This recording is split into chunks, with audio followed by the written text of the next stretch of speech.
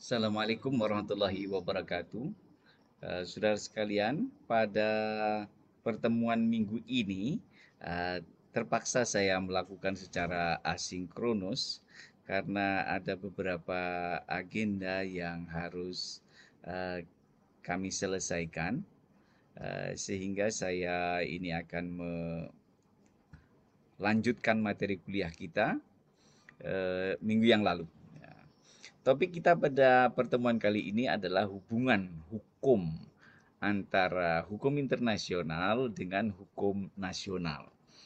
Ah, Hukum nasional itu ada yang menyebut dengan national law, tapi di negara-negara federal itu kadang menyebutnya sebagai municipal law. Jadi international law and municipal law. Nah, kita menyebutnya international law and national law. Nah, ini soal term ya, diksi pilihan yang diambil oleh para ahli hukum di lingkungannya masing-masing. Sebenarnya kata municipal itu lebih ke arah regional law sebenarnya kalau perspektif kita. Tetapi oke lah untuk pemahaman ini kita bisa menggunakan istilah national law, bisa municipal law ya. Baik, saudara sekalian, sebelum kita masuk ke hubungan hukum, kita akan membedakan dulu pengertian hukum internasional atau international law dengan world law atau hukum dunia. Ya, jadi ini kadang-kadang harus clear di depan karena bahasa di apa namanya perbincangan orang terutama media atau masyarakat itu kadang tidak membedakannya padahal sangat signifikan bedanya bahwa hukum internasional itu didasarkan atas pikiran adanya suatu masyarakat internasional yang terdiri atas sejumlah negara berdaulat dan merdeka, jadi independen dalam arti masing-masing berdiri sendiri, yang satu tidak di bawah kekuasaan yang lain. Dalam kerangka pemikiran ini tidak ada satu badan yang berdiri di atas hukum negara atau di atas kekuasaan negara-negara, meskipun itu PBB. Jadi konsep hukum internasional itu adalah hukum yang berdiri di antara bangsa-bangsa yang berdaulat atau bangsa merdeka. Menjadi problem sekarang. Kalau bangsa itu bukan bangsa merdeka, bagaimana Pak? Nah, bangsa yang merdeka itu dialah yang punya standing position sebagai subjek hukum internasional yang bisa mengikatkan diri satu sama lain, membuat hubungan-hubungan legal. Tetapi bangsa yang belum merdeka itu tidak bisa menjadi pelaku yang mengikatkan diri satu sama lain. Oleh karena itu, hukum internasional itu berlaku di antara bangsa merdeka secara voluntary, secara sukarela. Bahkan PBB pun nggak bisa memaksa satu negara untuk masuk ke dalam PBB. Itu adalah pilihan. Nah, pilihan tentu saja pilihan rasional, mempertimbangkan kepentingan nasional, keamanan, politik, ekonomi, dan sebagainya. Nah, jadi pada tataran prinsip, hukum internasional itu hukum yang keikutsertaan satu negara itu adalah bersifat sukarela. Ya. Kalau mau ikut ya ikut, nggak ikut ya nggak ikut.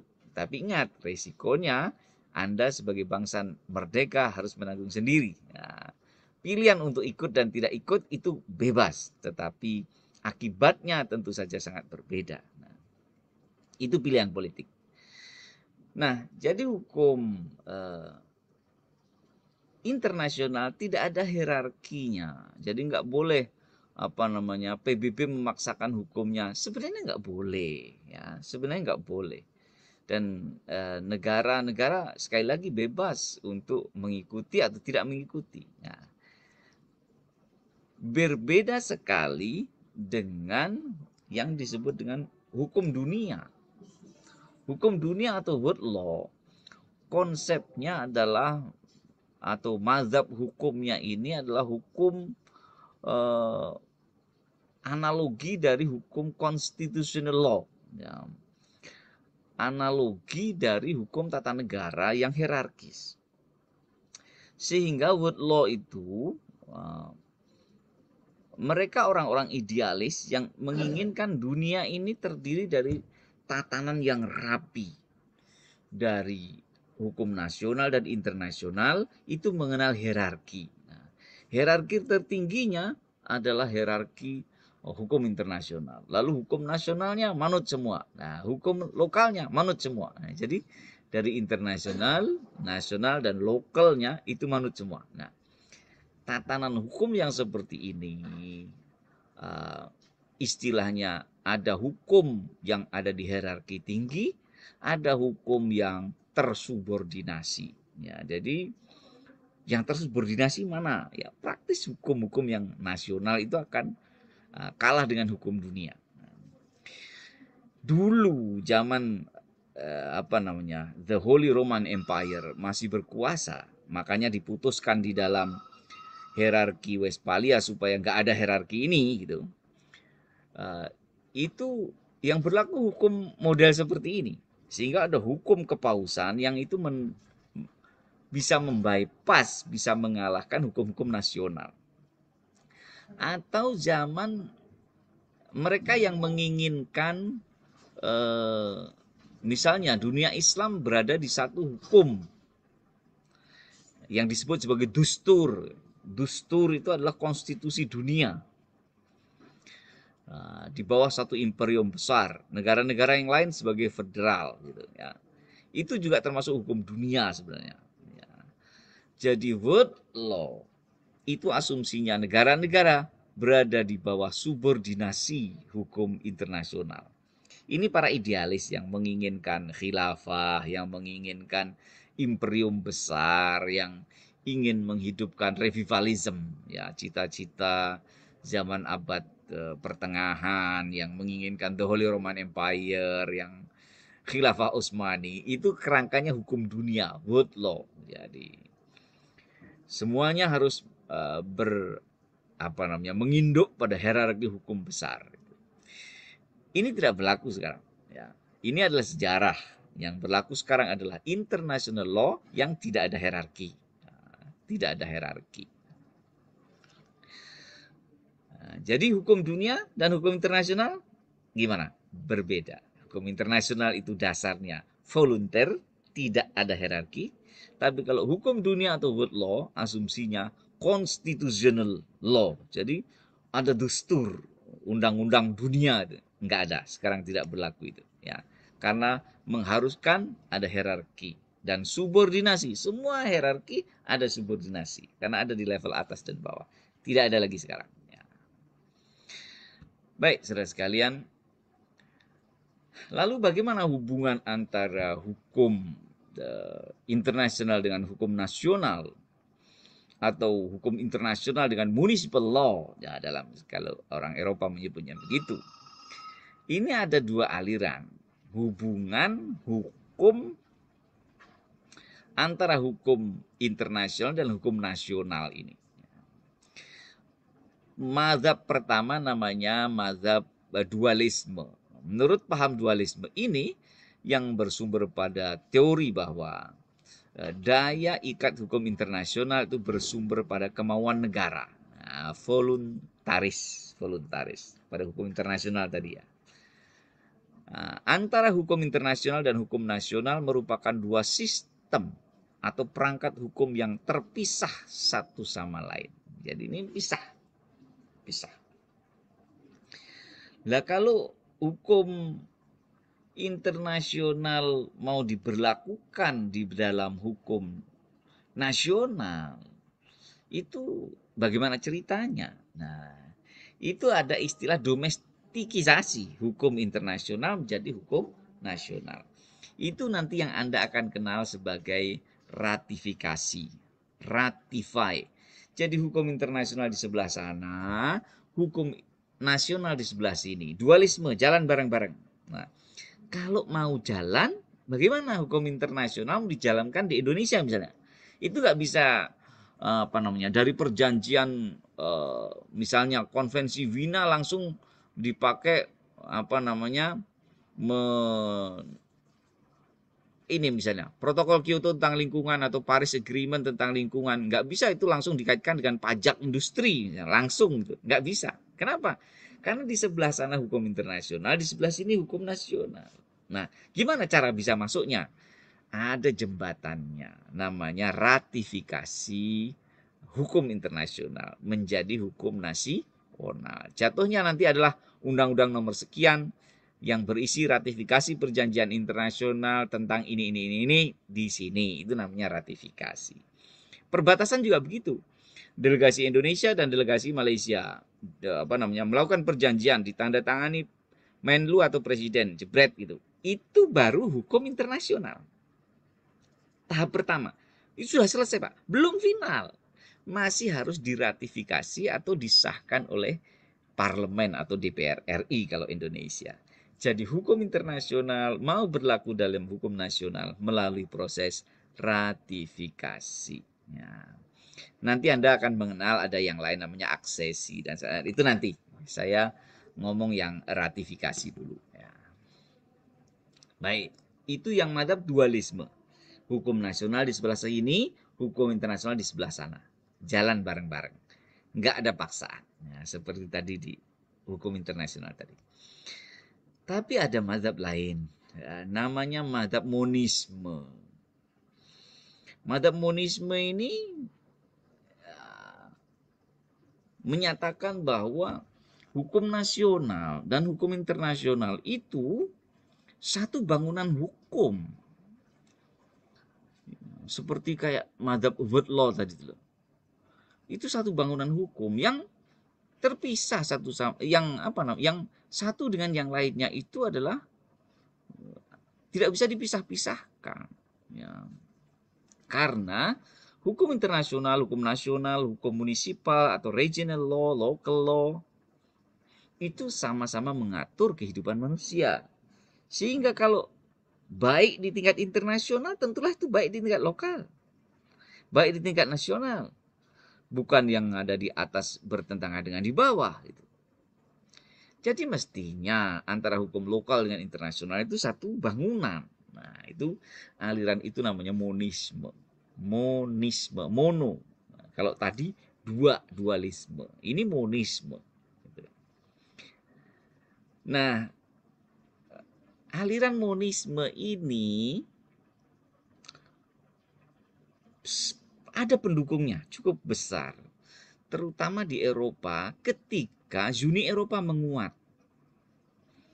Jadi kalau ASEAN ini kan nggak kuat ya ikatan ASEAN itu kan itu kerukunan saja, nggak ada undang-undang ASEAN yang mengikat kenceng banget nggak ada mata uang ASEAN. Nah, tapi perbatasan ASEAN juga masih ada itu. Tapi kalau Anda ke Eropa Anda ketemu negara 28 negara sekarang yang quote and quote menggunakan visa Schengen itu kan 18 negara ya.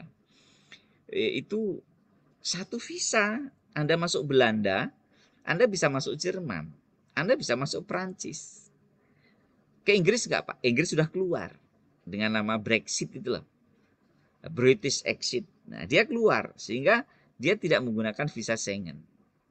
Mata uangnya itu berlaku juga di pengguna visa Schengen tadi 18-an negara itu.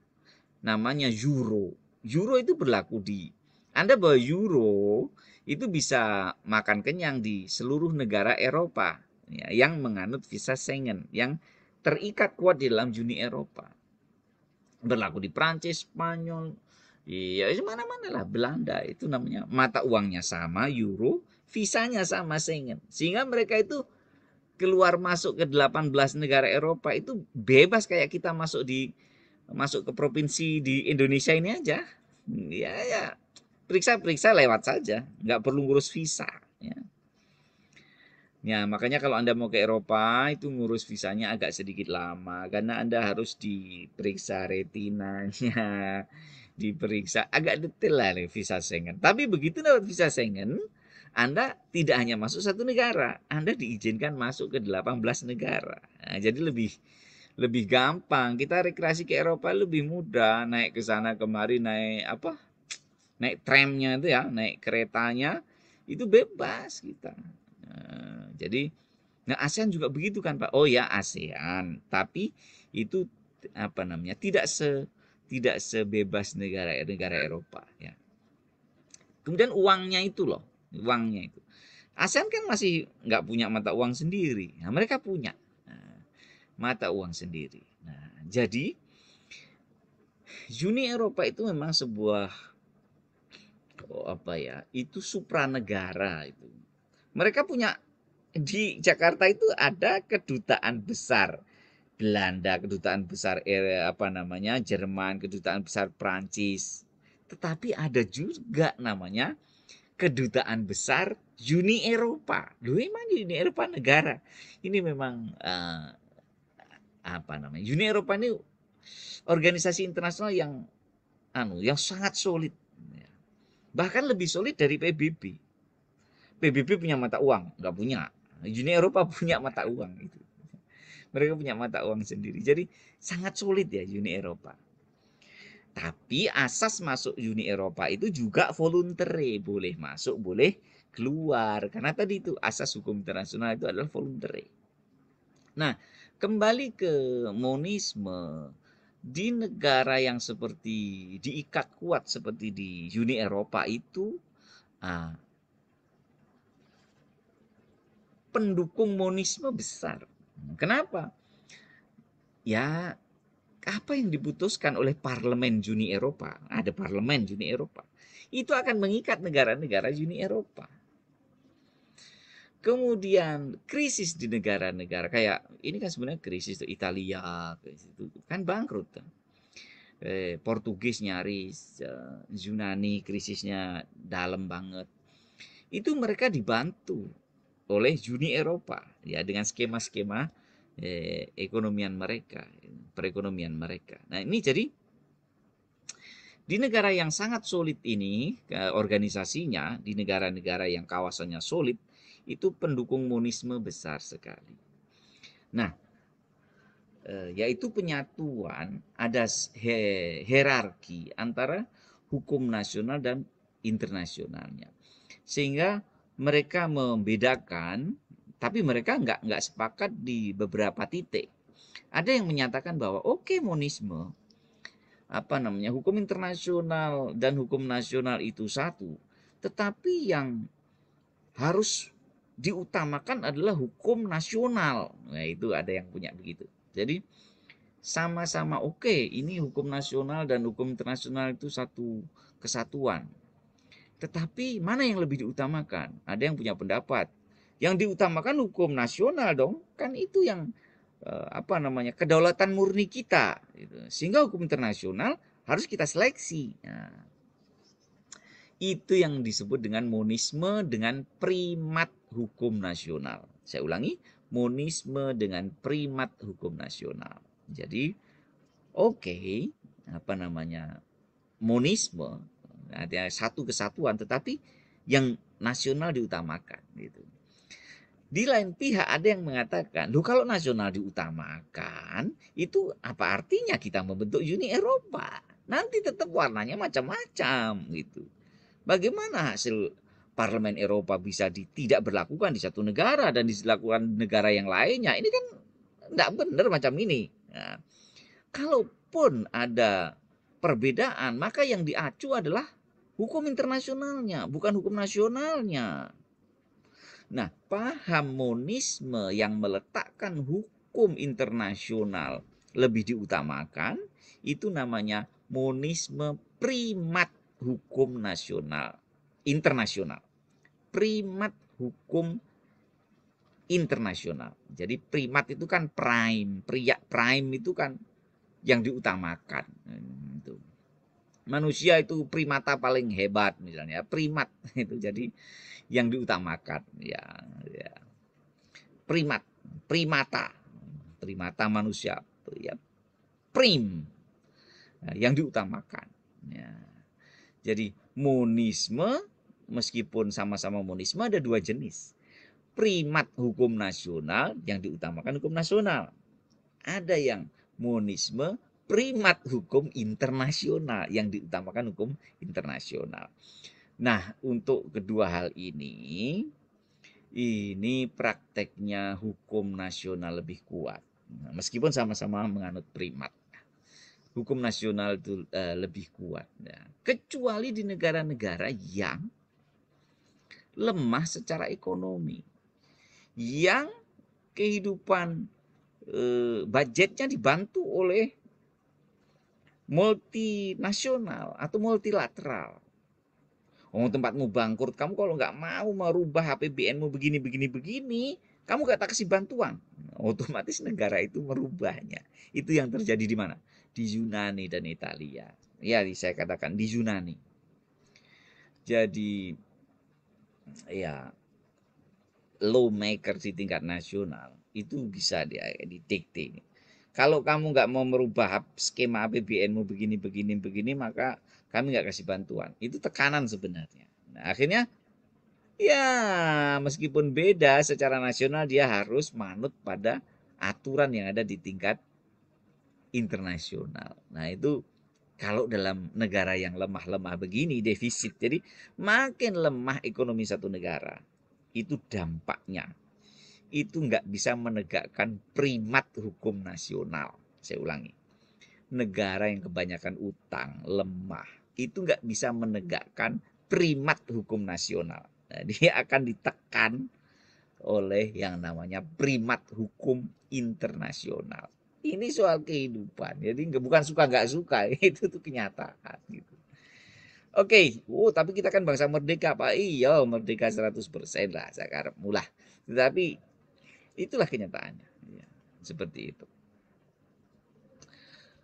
Baik, saudara. Lalu, nah, nanti akan ada teori-teori mengikatnya hukum internasional.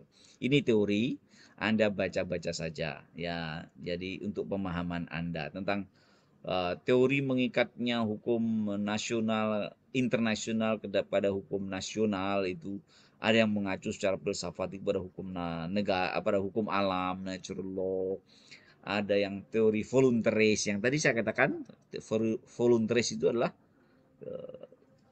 ya ini apa namanya eh, mana suka ya voluntary itu kan apa suka-suka ya tergantung pilihan masing-masing orang voluntary jadi pertama natural law lalu voluntary nah, itu. Lalu kehendak bersama Ferdinand Barungs teori ya kehendak bersama ada perjanjian itu karena kehendak bersama nggak ada yang menekan itu ya dalam kondisi normal ada juga perjanjian internasional yang ditekan Belanda itu melepaskan apa namanya melepaskan Papua pada Indonesia karena tekan Amerika di New York sana ya, dengan mengatakan Belanda kamu kalau nggak mau lepaskan Papua ya kamu berarti kolonialis itu. Wow, Belanda niatnya kan Papua merdeka sejak dulu, sudah disiapkan itu kapan merdekanya. Bulan November tahun 62 itu. Lalu mundur 1 tahun ya, 1 bulan, 1 Desember 62. Itu disiapkan untuk merdeka oleh Belanda memang. Tetapi ya karena tekanan internasional dilepaskan ke Indonesia. Jadi ya ini teori bahwa mengikatnya hukum itu karena kehendak bersama. Tetapi dalam dunia yang tidak di ruang hampa, saudara, itu ya kadang ditekan juga gitu. Jadi gimana Pak teori? Ya teori itu ya ada benernya, tetapi kan itu dalam kondisi ideal, kondisi yang senyatanya ya tekanan itu ada juga gitu. Lalu keterikatan karena grand norm atau norma dasar. Ini aliran Wina ya. Jadi bahwa semua orang itu mencita-citakan keadilan bersama untuk kehidupan manusia ini. Ya, jadi orang terikat pada hukum itu karena prinsip norma umum pada manusia itu sebenarnya ada garis merahnya. Apa? Semua orang itu meskipun dia orang paling lalim sedunia itu ada dengan yang namanya keadilan itu tetap suka. Jadi gini loh, ada rumus sederhana gini. Orang paling lalim, paling tidak adil gitu. Jadi orangnya ini paling jahat gitu. tetapi dia akan memberontak kalau diperlakukan tidak adil. Kan aneh dah. Jadi orang yang suka membuat ketidakadilan itu paling keras kalau berteriak kalau dirinya diperlakukan tidak adil. Jadi sebenarnya antara orang jahat dan orang baik itu sebenarnya ada grand norm. Apa? Keadilan. Jadi ternyata orang yang suka berbuat jahat pun itu menghormati keadilan dalam hatinya itu. Jadi suka dengan keadilan, tapi perilakumu ini nggak nggak menciptakan keadilan gitu. Itu perkara lain. Ini adalah eh, norm. Norm itu apa ya? Norm itu ya norma. Norm itu Carpenter Square. Carpenter itu siku-siku tukang kayu itu loh. Itu bahasa Yunaninya norm itu sebenarnya. Siku-siku tukang kayu, Carpenter Square. Tapi diambillah itu ke dalam bahasa sebagai standar perilaku. Nah, standar perilaku menjadi norm itu. Nah, norm, grand norm itu ternyata ada apa? Keadilan. Nah, jadi orang terikat pada hukum internasional itu ya karena orang sama-sama ingin hidupnya adil, damai, bersama, gitulah. Itu aliran Wina ya, itu aliran Wina. Dan nanti akan melahirkan sebuah norma yang lain, namanya Pacta Sunt Servanda, yaitu hukum hanya mengikat mereka yang bersetuju mengikatkan diri. Kenapa? Masa keadilan kok dipaksa-paksa? Kan nggak bisa. Ya keadilan itu adil sebagaimana adanya. Ya, jadi ya nggak usah dipaksa. Yang namanya adil itu ya seperti semua orang merasakan seperti itu. Ya. Jadi pasti akan dengan sukarela dia mengikatkan diri atau tidak mengikatkan diri. Ya, jadi tidak ada paksaan terhadap sebuah kehendak bersama itu. Nah, itulah apa namanya beberapa teori tentang keterikatan hukum pada hukum internasional. Juga tadi saya sudah singgung tentang monisme dan dualisme, dan tadi juga saya bicarakan di awal tentang hukum dunia dan hukum atau world law dengan international law. Ya, semoga Anda bisa memahami baik-baik dan Anda baca itu literaturnya ya. Semoga makin jelas saja. Saya kira begitu saudara sekalian. Terima kasih. Kita ketemu minggu depan ya. Ini sebenarnya saya setting untuk pertemuan, tapi ini ada raker lagi besok itu. Lalu ada apa namanya? Saya harus menyelesaikan ini visi universitas ini ya, besok pagi di senat itu. Sehingga saya mohon maaf, terpaksa saya lakukan dengan minggu ini dengan eh, ini apa namanya asinkronus ya dengan Zoom. Terima kasih. Semoga Anda bisa jangan lupa ya, itu diisi tuh anunya apa namanya ada tugas-tugas resume di situ. Anda selesaikan dengan baik. Minggu depan kita lakukan kompetensi tes. Ingat, Anda belajari baik-baik ya. Ya, pertemuan pertama, kedua, ketiga dan semuanya adalah tugas yang Anda selesaikan di rumah baru diupload. Nah, kerjakan baik-baik. Anda bisa diskusi dengan teman, tapi pengerjaannya sendiri-sendiri ya. Oke, terima kasih. Jaga kesehatan dan terus bahagia supaya imunnya naik ya. Terima kasih. Assalamualaikum warahmatullahi wabarakatuh.